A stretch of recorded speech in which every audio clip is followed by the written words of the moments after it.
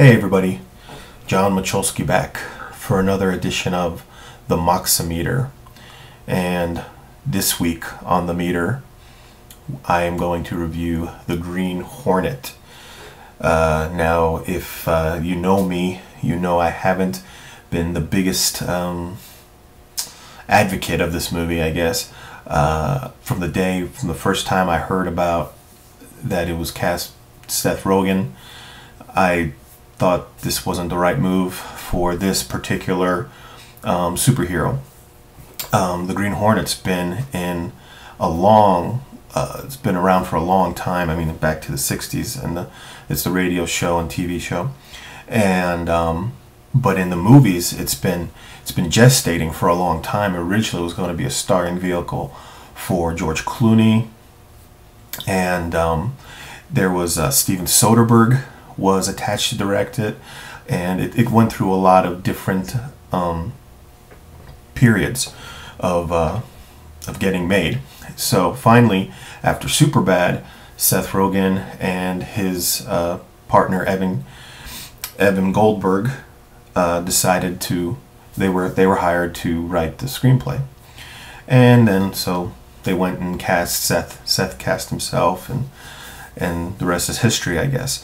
Michael Gondry is the director, and his biggest, I guess, hit to date was The Eternal Sunshine of the Spotless Mind. So he's one of those visionary guys. He's one of those guys on the cusp. And why he decided to do Green Hornet is beyond me. I don't know if it was an easy paycheck or what the reason was for it. But the movie is very pedestrian. It's very by the numbers. I didn't really expect much, I guess. Going into it, I didn't expect much. So I guess my expectations were met, which isn't good. You know, as it starts out, the Green Hornet, it's about Britt Reed. He is the son of a big newspaper publisher. He passes away. His father passes away, and Britt is given the keys, I guess, to the fortune to this newspaper. And while he's doing that, he meets up with Cato, who used to be his father's, I guess, mechanic on all his cars and everything. And they soon become the Green Hornet and Cato. They decide to become superheroes. Now, my main problem with this is that Seth Rogen's character, Britt Reed, he's a spoiled brat, gets everything he wants, and you basically don't see any, transformation in him throughout the movie. He plays the same spoiled character throughout, and at the end you're like, well, this guy didn't learn anything. He's still a jackass. Now, if you look at other movies like with characters like that, like say Iron Man, where Tony Stark was, was the playboy, the rich jerk, I guess, in some ways. And after he became a superhero, after he became Iron Man, he learned about helping people, and it made him a better person. So you cheered for him at the end. Well, with this guy, he's still the same person at the end, and you really don't like him throughout the movie. Now, so you're just like, it kind of reminds me, if you saw the movie Law Abiding Citizen, a lot of people used to say that they didn't like the movie because they had nobody to cheer for. And that's a lot of the problem with the Green Hornet.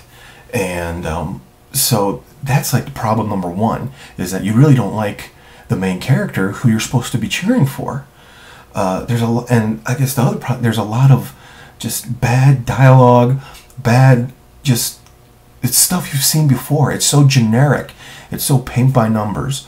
And it's just, you expect more out of Seth Rogen.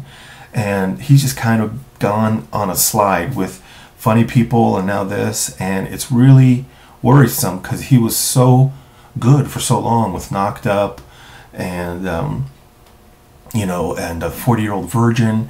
I mean, he was really one of those great comedic actors.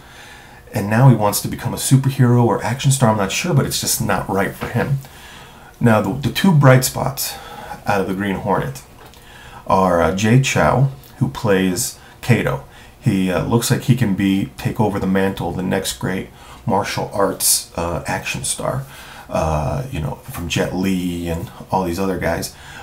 So he was very good. I mean, of course, his English isn't the best, and I think if he is given a good script and a good movie, he can really excel and he can become a superstar, because you saw a lot of good stuff out of him.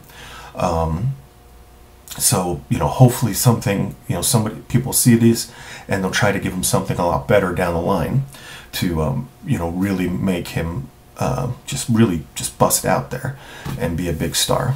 The other, I guess, one of the positive things out of the movie is Christoph Waltz, who, of course, last year won the Best Supporting Actor for Inglourious Basterds, won the Oscar, and he plays the main bad guy, and he just very hammy, very over the top, and so, you know, he was good because that's basically what the character called for, and he kind of, I think, knew what kind of movie he was doing, and his acting is shown in that way.